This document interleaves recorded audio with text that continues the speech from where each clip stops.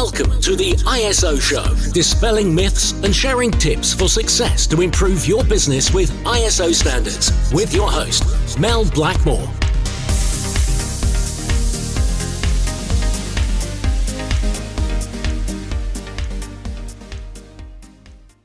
Hello and welcome to the ISO Show. Thank you so much for joining me today. I'm actually delighted to be joined by Phil Bailey, who's the Managed Services Director at PMC. PMC is an organisation that we've worked with in the past to implement ISO standards, and we have an ongoing relationship with PMC to help with the ongoing support in relation to their ISO standards. And here to tell us all about PMC and the work that he does in relation to the ISO standards is Phil Bailey. Hi, Phil. Hi, Mel. Great. Well, before we begin, could you tell me something that not many people know about you? Oh, that's an interesting question. Okay, so my career started a very long time ago in electronic engineering, and during my early part of my career, I worked on many projects, but there's one that's kind of memorable. I was involved with the prototype build and test of a mechanism that measured the mirrors on a telescope, actually a telescope that was put into space back in 1990, and it was carried on the Space Shuttle Discovery. So that's kind of my claim to fame, if you like. Wow. Awesome. Okay, cool. I mentioned obviously that you're the Managed Services Director at PMC, but could you share with us a bit about what PMC actually does? Yeah, sure. PMC was actually founded by Paul Mason back in 2001, and it was kind of based on a whole bunch of core values, which we still sort of follow today. And that's really around sort of extra mile, doing the right thing for our customers and partners, and of course, doing the right thing for our employees. So very, very important to us as we're a people business. Initially providing high-end consultancy, hence PMC, Paul Mason Consultancy, and that was services delivered into retailers.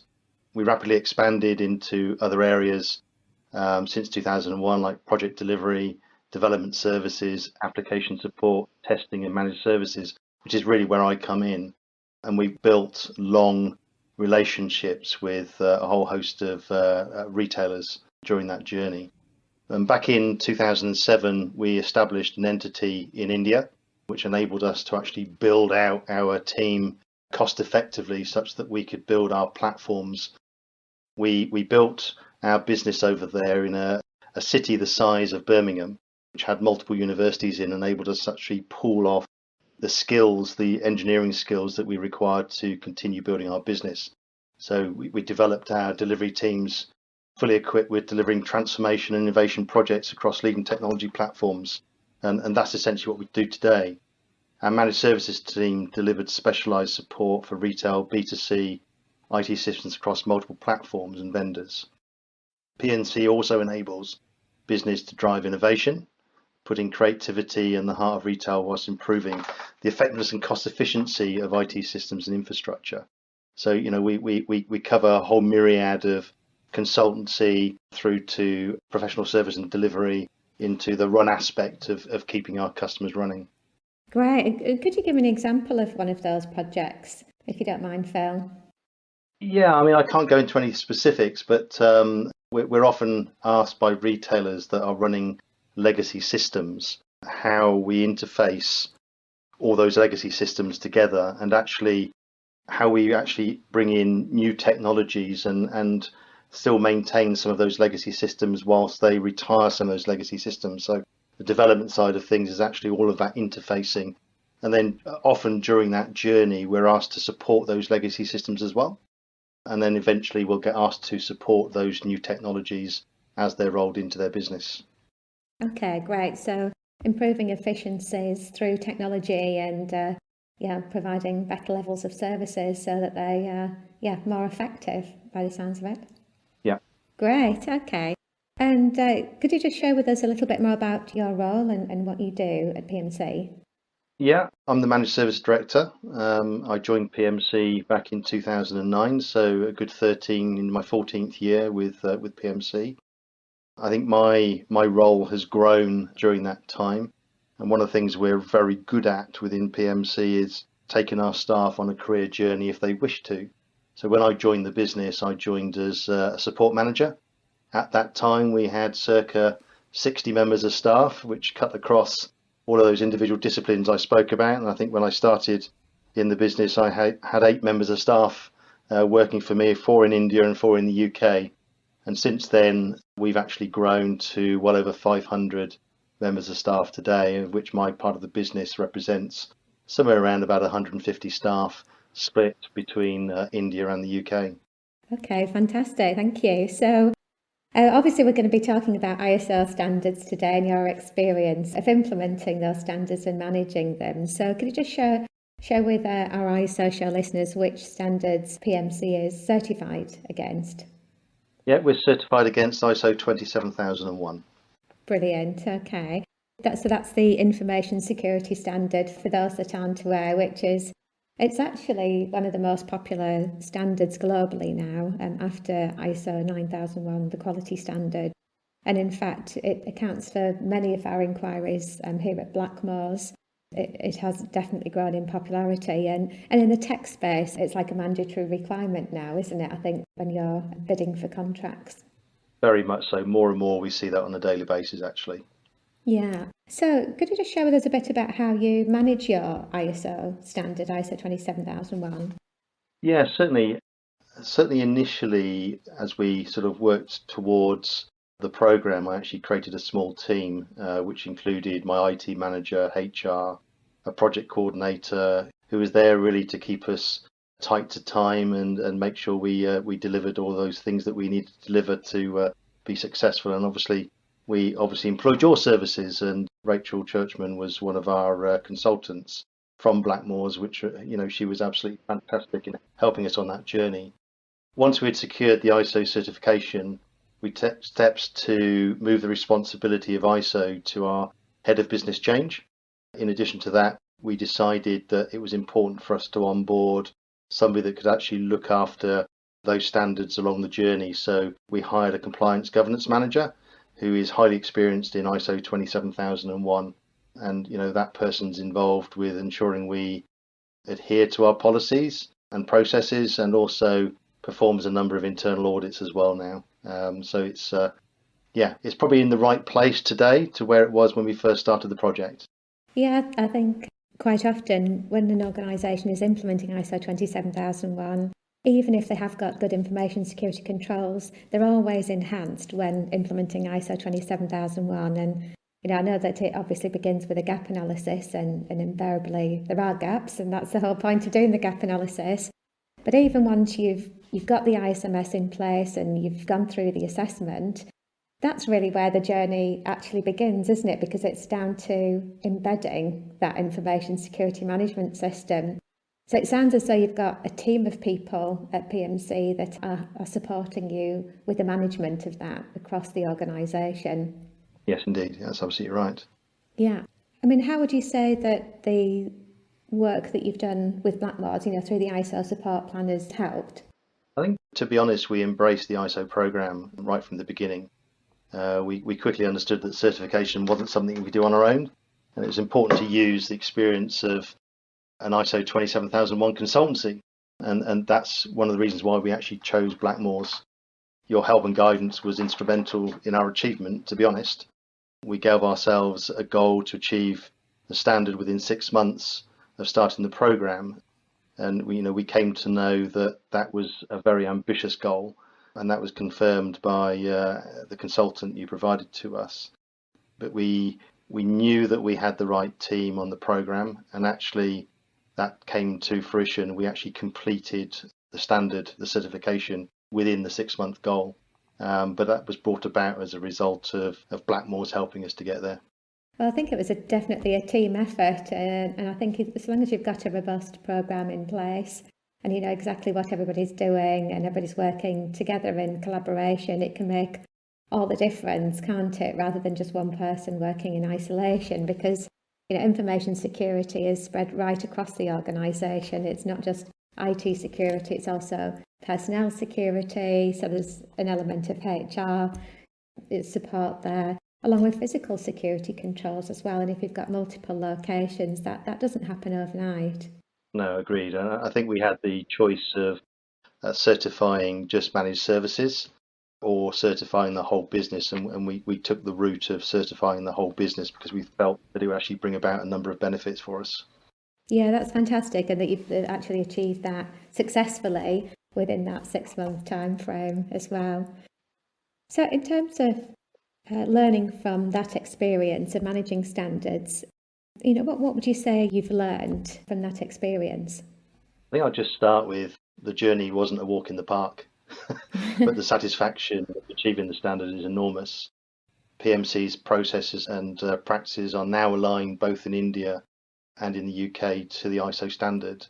In my mind, this has brought about a strengthening of our rigour, actually, when implementing systems and solutions.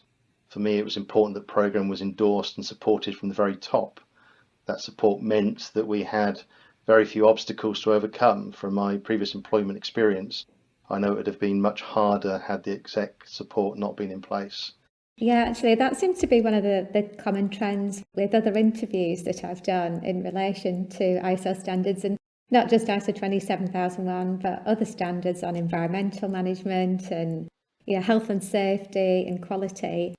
The common kind of thread, I think, in terms of achieving success is that leadership commitment. So the fact that you had that endorsement from the exec team very early on, it sounds as though that was instrumental in driving that project forward at the pace it needed to go at the time. Indeed. Yeah, absolutely agree with that, 100%. Okay, great. So what would you say have been the main benefits of implementing ISO 27001 and the work that you've done on an ongoing basis now to maintain that management system? I think there are a whole bunch of them, actually. And I know that when I pulled the business case together to present back to the board, that this was the right direction for us to go down. I think there were a group of them, so demonstrating that we could identify the risks to the business and put mitigation in place, adhering to the requirements of the standard. That was certainly one of them. Certification demonstrates to third parties that we have a robust security infrastructure in place with appropriate practices and processes. And I think that more and more we're seeing that our prospects and current customers are expecting organizations that they work with that actually have the ISO 27000 standard in place as a prerequisite for doing business with them. And I think that, working with retailers, I think that's absolutely vitally important in that sector, in that vertical. For me also, it's about protecting our business, understanding what those risks are, understanding that what we do need to actually protect our business, because the knock on is that we're actually protecting our customers, we're actually protecting our partners and our people through that increased reliability of security systems and information being in place. It gives improved customer and business partner confidence. Actually, it also establishes credibility with our customers, because there's some of the services that we market to them is around security, and actually having and stating that we've got ISO 27001 is really, really important. If we didn't have that, then perhaps we wouldn't be quite so credible in marketing those services. Yeah, so you're walking the walk and talking the talk, aren't you? You're actually practicing what you preach. 100%, and I think that's really important. And I think also that we're seeing more and more of our competitors are going down the path. So if we want to compete business, then we absolutely need to have it in place. And, with that in mind, we actually do see it as a pathway to our growth by having that ISO certification in place. Fantastic. Would you say that, from an operational perspective, I mean, you've covered many different angles there in terms of governance and resilience, and obviously from a sales and marketing perspective as well as, practicing what you preach. But I'm just thinking in terms of, what you mentioned earlier, Phil, about how the company has grown exponentially over the last few years. Would you say that it's now helped to provide a structure to coordinate business activities, but, through an information security lens almost? Has it helped in terms of the overall management of that? Because I know obviously your main area is managed services, but as you mentioned earlier, you've broadened the scope of certification. I was just wondering how you think that 27001 has impacted or potentially helped the entire organisation. Yeah, it certainly brings around a structure which perhaps we didn't have before. Don't get me wrong that we've always looked at security as a vital thing for our business, and actually, if there's one thing that keeps you awake at night, and that's how you operate security within your business. But the beauty of it is it brings it under information security manual structure that we actually build, a library, if you like, that we've actually built to maintain all our policies and looking at all of our risks and issues and our objectives to enhance our security and remove the risk levels. So it's absolutely brought about that structure for us. It sounds as though you've got a holistic framework there, then, Phil, which is, yeah, fantastic. Because I think for those organisations that haven't got an information security management system in place, quite often documents are squirreled away in different areas of the business, and there's a lack of visibility and transparency sometimes about those controls, whether policies, procedures, or, just systemised ways of working across multiple locations. So, yeah, it sounds as though that's all come together quite nicely. It has, and I think, the educational piece around every member of staff, that, every member of staff goes through an annual training program, which again is one of the requirements within the standard. And it's interesting that there is attrition. There's new people that comes on board, so we're seeing new people enter the business, and having that rotational training program as well actually brings about a vigilance by all members of staff because they've actually gone on those training programs. Yeah, I think that's a really important point actually that you just raised there, Phil. I think some people think that, once you've completed the assessment, that's it. But at the end of the day, it's your systemised way of working.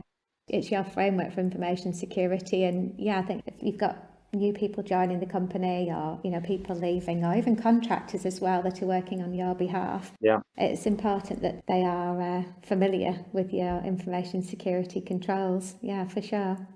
And also, obviously, there's new threats that are popping up all the time that, again, you might have to enhance controls to keep on top of that. And if you're not providing that ongoing awareness training, then, sometimes, things can fall through the cracks, can't they?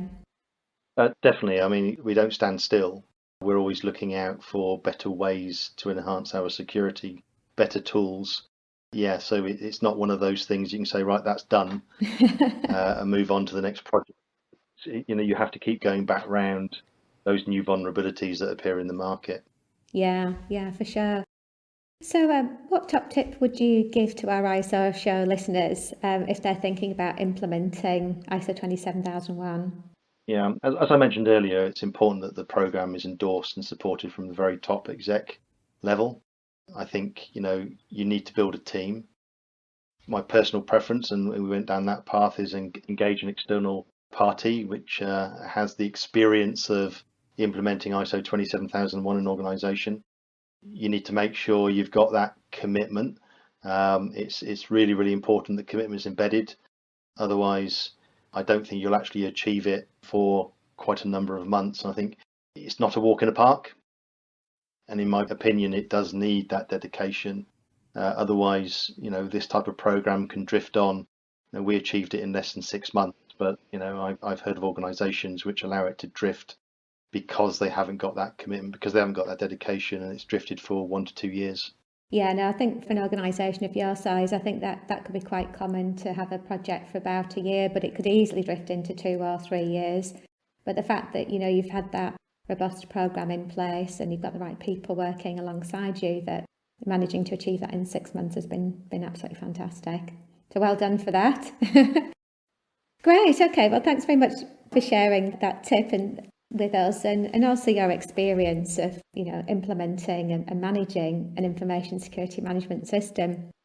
Before we go, can I just ask a couple other questions, Sure. if I may? Sure. One of them is if you could gift a book to somebody, and it doesn't obviously have to be ISO related, of course, it could be any book at all, what would it be and why? I think this is an interesting question, actually, and I kind of reflect on my career growth. And I think the book that I would gift is The Magic of Thinking Big by David Schwartz. David was a renowned motivational speaker and personal development expert. It's quite an old book, It was first published in 1959 and believed to have been read by over 6 million readers worldwide. And it's kind of a step-by-step approach to defeat disbelief, negativity, building positivity, and plan a successful building program and capitalize on the power of now. Don't wait till tomorrow, do it today. And I think it's helped me through my career. And ironically, I've actually gifted this to my son as he's just embarking on his career. Oh, that's fascinating. And it's interesting because some of the aspects of that book that you just mentioned, you could see how you've almost like referenced those touch points throughout our conversation. Indeed, you're right. Talking about acting now, I remember when we first had a conversation, Phil, and you said, yeah, we want to get ISO 27001 and we want to get it as soon as possible, ideally, and the fact that you've been very much focused on pulling together that team, having a very clear vision and plan and executing it. And obviously, I think, one of the first things that I think you mentioned about the book, it wasn't worded in as much as failure, but setbacks and things like that, which we all have in business and in life. They're going to happen inevitably, but it's how you cope with that, isn't it? So it's interesting how you mentioned about the positive aspects of dealing with those issues so you can continuously move forward. Yeah, absolutely agree. Like I say, it's an old book, but it's worth persevering to read it. Yeah, I've made a note of it. I'm going to be going onto Amazon after this after this interview and checking it out, Phil. So thanks very much for that. Cool. And then just finally, do you have a favourite quote? And if so, would you mind sharing it with us? Yeah, sure. As I said, I started my career in 1980, so this is quite a pertinent quote. "You are never too old to set another goal or to dream a new dream." And that was C.S. Lewis believed that it was never too old, and it's one of his quotes. You're never too old to dream and fulfill new aspirations. Age isn't a limiter, and you should always have those dreams. I agree with that one. Love that. Well, thanks very much for leaving us with that quote. I think definitely an inspiring one to end the interview on. So yeah, thanks so much for joining me today, Phil. Really enjoyed chatting with you today, and thanks for sharing your experience with us. Thank you, and thank you for all your help you've given us. No worries. So thanks very much for listening to the ISO show today. We'll have some show notes on the website, of course, as usual. And we'll also include a link to the book that Phil mentioned as well, just in case that's something that you're interested in reading if you haven't done so already. So I look forward to catching up with you on the next episode of the ISO show.